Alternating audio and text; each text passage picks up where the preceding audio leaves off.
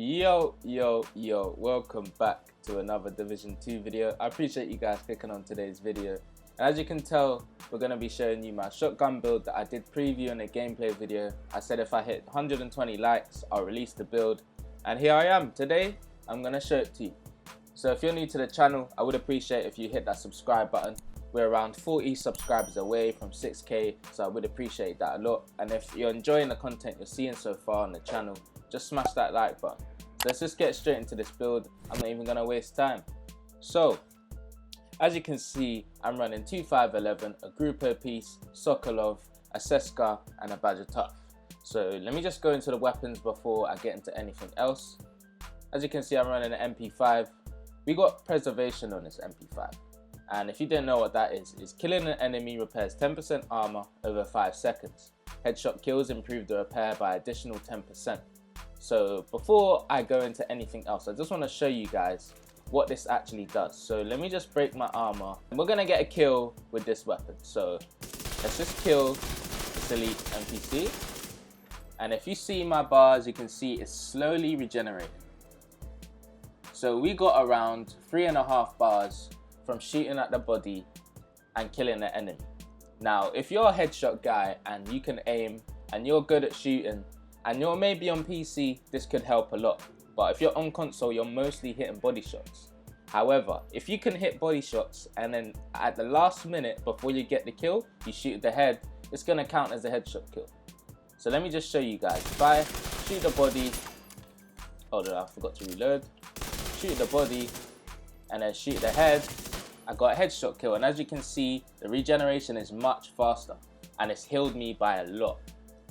And if you constantly getting kills in PvP, and I know it's rare that that happens, but if you're in the dark zone and there's 3 people on you and you want to solo it, or if you're in the conflict and there's like 2 to 3 people on you, you can do this and you're going to be healing whilst you shoot. So as you can see, the bar is regenerating a lot. It's like clutch. That's preservation for you. I really do like it. It does really help with this sort of build, and I think it's kind of different from what I've been seeing, and I just wanted to experiment with it. So yeah, we got some good rolls on the MP5 as well. I mean, I would rather have crit damage on there instead of stability, but I guess if I want to hit my headshots, that might help a bit. So let's just go to the shotgun. Now, the shotgun is the main part of this build, of course, because that's what all you guys have been waiting for. However, throughout the gameplay video that you guys might have watched, you must have seen a shotgun that I was using, and that was the SASG shotgun. I found that the Super 90 did hit much harder than that gun, and yeah, that's why I did have Optimus on the other weapon, but I just rolled it onto this. However, the stats are not where I want them to be. I'd rather have max shotgun damage, max damage to armor, and a nice amount of crit chance there. So that's decent for the crit chance, but the other 2 rolls I would like to improve, so I will be farming for a better shotgun. But yeah, this hits for 642k damage. This is really nice. If you're really good with this weapon and your aim is really nice, you could 3 to 2 tap people that have all reds or all yellows, and even people that have high armor builds, you can get them down pretty fast with this weapon if you build right. So let's just get straight into the gear pieces. So we're sitting at 1.3 million armor, and the reason I've done this is because I want to have 3 blues, 3 reds. I wanted to balance things out. I didn't want to go towards one whole category. So yeah, let's just get straight into the must. I'm running a 511 brand set. Now I'm running 2 of these, which is giving me 10% health and 15% incoming repairs. To be honest with you, 10% health is not really helping me in PvP at all. I'd love it if they change that stat. I mean, it doesn't really work for me. It might work for some of you guys, but I just don't find it relevant at all. So for the core attribute, we got a max armor there. We got 6% crit chance as max, and we got 9% crit damage, which I'd love to be improved a little bit. Now we got a mod slot on the bottom, which gives us 17% incoming repairs. As you can see, I'm going towards that on this build. We got a Badger Tough chest piece, and having one gives us 10% shotgun damage. What are we using on this build? Shotgun. So that's the reason why I went for this piece. Also, the core attribute on top is max armor again. The attributes on here are pretty nice. 4.3% crit chance, 10.7% crit damage, and I got a mod slot there for the 4.8% crit chance. So we got perfectly unbreakable. When your armor is depleted, it repairs 100% of your armor. Now in PvP, it's going to say 55%. For a normal unbreakable chest, it will say 50%. Now this is where incoming repairs comes in. When your armor is depleted, it repairs 55%. Now incoming repairs helps repair anything that's incoming from your character. For example, Unbreakable. If I have a lot of incoming repairs, a high percentage, I'm going to help Unbreakable give me more armor back. And the reason why it works like that is because it is a repair talent. Now I'm not too sure, I haven't really tested anything out yet, but I'm sure Preservation works and synergizes with incoming repairs. I may be wrong, but if it does work, that would be nice as well. But incoming repairs is basically going towards this talent here. Using a Seska holster, having one is giving us 10% crit chances, just boosting us up a little bit.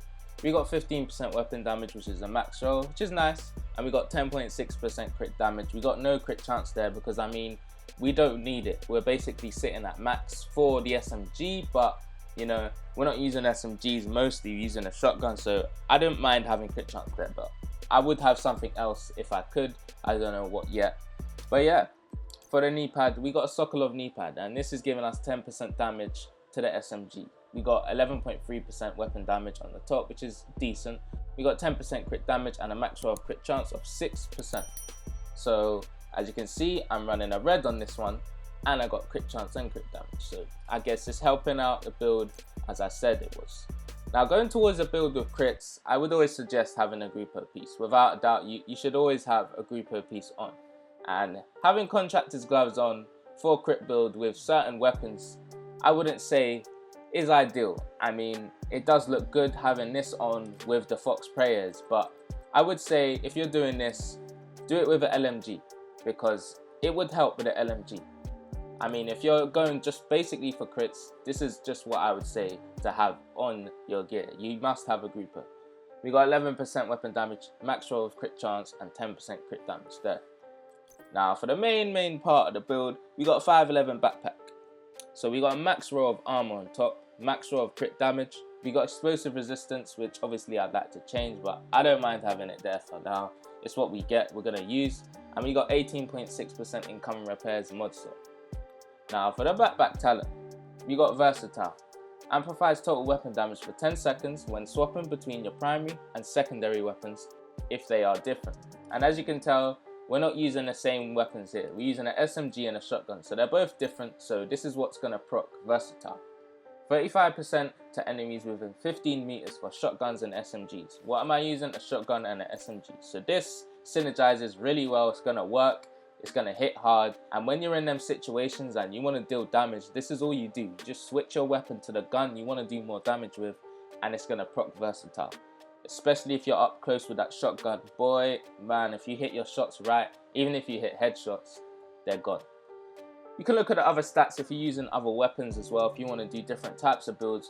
We got 35% to enemies further than 25 meters for rifles and marksman rifles, 10% to enemies between 15 to 25 meters for LMGs and assault rifles. This talent here is the main part of the build. I'd say this is what's giving me my damage on my shotgun. If someone is squishy, or if someone is like low on their armor, boy oh boy, they're out. So yeah, I really do like this talent, and I think it's the best backpack talent in the game as we speak right now. I really do think it is.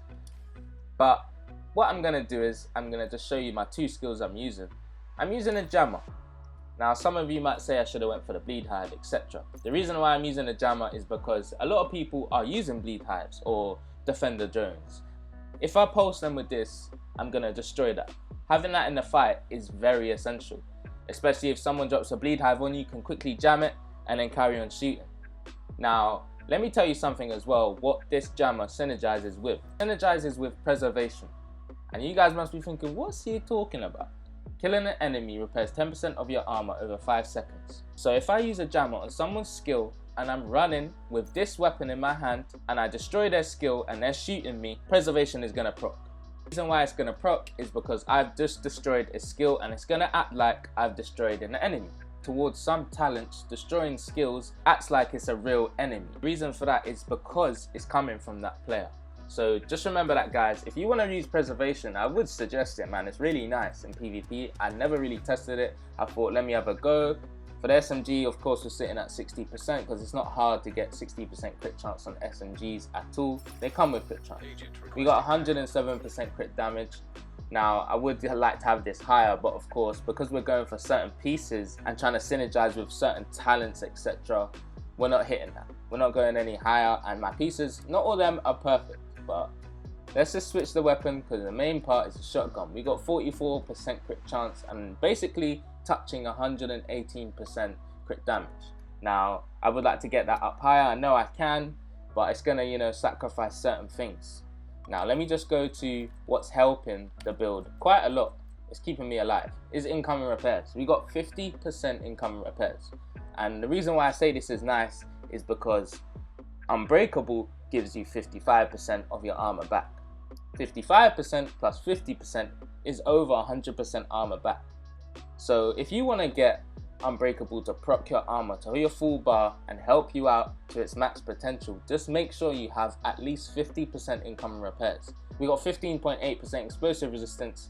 You know, there's a lot of things that I could have went towards on this build. I could have went to hazard protection, bleed resistance, all of this sort of stuff, armor regeneration if I wanted to, you know, to synergize with preservation. I could have done a lot of things, but I just feel like this is what I felt comfortable to go towards, and I wanted to just do it in my own kind of style.